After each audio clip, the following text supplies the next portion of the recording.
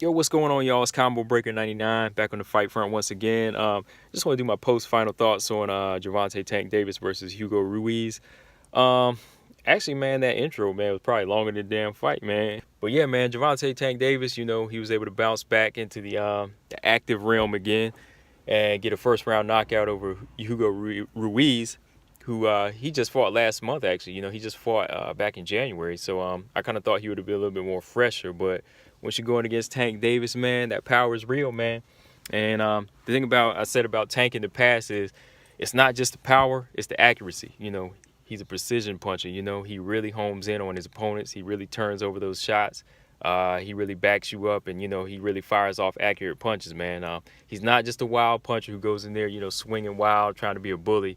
He's an assassin. He's a fighter. He's a killer in there, man. I know a lot of people think that's overrating him, but nah, man, this kid is only 23 years old, and I think he's just getting even better, man. He definitely showed that Ruiz wasn't even in his level, man, as far as the power and the skill. Right off of round one, he was just backing him up with a good jab to the body and to the head, and that left hand was really strong. Even whenever Ruiz was trying to keep the guard up, the punches were moving Ruiz. They were moving him around the ring, because that just shows you how strong of a puncher he is. And like I said, he's really turning those straight punches over. I like when a fighter can really just throw straight shots. When they turn them over right, they can get that full extension of power on there. Because somebody like Ruiz, he was going to try to stay on the outside and box. But I think as soon as he tasted that power, he kind of went into defensive mode. He was no longer like keeping his feet planted, trying to counter Davis. He was more so trying to weather that storm and trying to feel what Tank had. But shit, when you try to test out Tank's power, man, you get knocked out. You better go ahead and start boxing now, or trying to move your head, or trying to evade danger. But as soon as Tank got him into that corner in the last 30 seconds of the round, I knew it was over just by Ruiz's body language, man. When he cracked him with that left hand, and then that right hook really cracked him, man, and he dropped, man, and the blood just started pouring from his face, and he started to get back up, but then after that, he just took that hesitant step, and he had to drop down, man. I think he got his nose fractured. I thought it was his jaw at first, because he had that hands high defense, that high guard, but Tank's arm, his punch went right around that right hook. It went right around and just cracked his jaw, man. That's why I thought the punch just broke his jaw, but it actually fractured his nose, man. And when he got back up, you could tell he didn't want no more, man. He was still bleaking.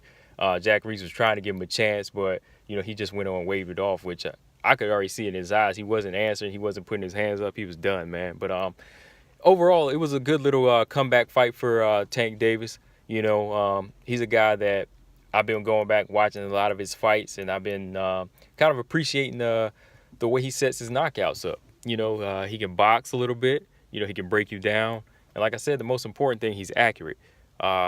He's kind of disciplined with his punches. He's not punching himself out. He's walking you down, or he's letting you walk in, and he's countering and setting up the big punches. When he lets go and he lets the combination go, he makes it all count. No throwaway punches with this kid, man. That's what I like about him. But from here, man, it's really tough to say how they're going to move him, man. Like Floyd, Leonard Ellerby, they just been kind of talking about making him a star, making him fight a little bit more this year, which I like the sound of, being more active. April's not really a fight I'm looking forward to, him fighting that Tay Shin as an exhibition fight.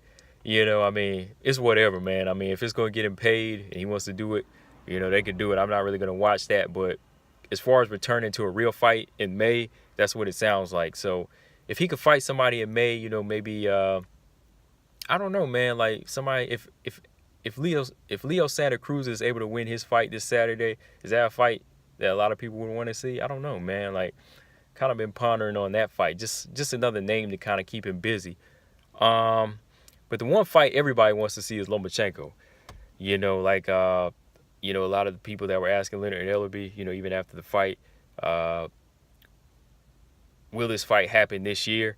He just kept saying that Tank is a star on his own. He doesn't need him. There might be another big fight. But in the meantime, man, I would really like to see that fight. I think a lot of people would like to see that fight, because I know there are guys in boxing that can be stars. But at the same time, if you got the names around you, people want to see you fight the names, you know. I can't imagine that Tank wouldn't be ready right now, because just off of what I've seen from Tank, as he's climbing up the ladder, you know, Lomachenko, he's kind of hitting his plateau. He hasn't really gotten any better. He hasn't really been, you know, doing anything too spectacular, especially since he's been moving up in weight. He's been looking a little bit more slower and vulnerable. But I would just kind of like to see them go ahead and fight sometime at the end of this year, man. I think that would be a big money fight, man. I know that Floyd and Leonard Ellerbe want to be a little bit more protective over him and kind of get him to build himself up as a star, you know, just knocking people out. But let's knock out some guys that are worthy, because I really think that Tank could beat Lomachenko.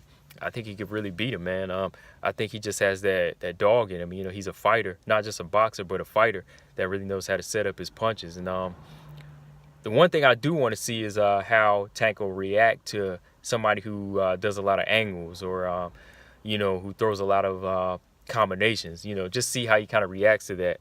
You know, if he can kind of weather those type of punches, you know, he can punch through that. You know, he can counter you or knock you out. But at this moment right now, I just kind of feel like his power would be too much for Lomachenko, because he may not have the pedigree as Lomachenko, but he's gonna land on you. The kid knows how to turn over a punch and walk you down and land something.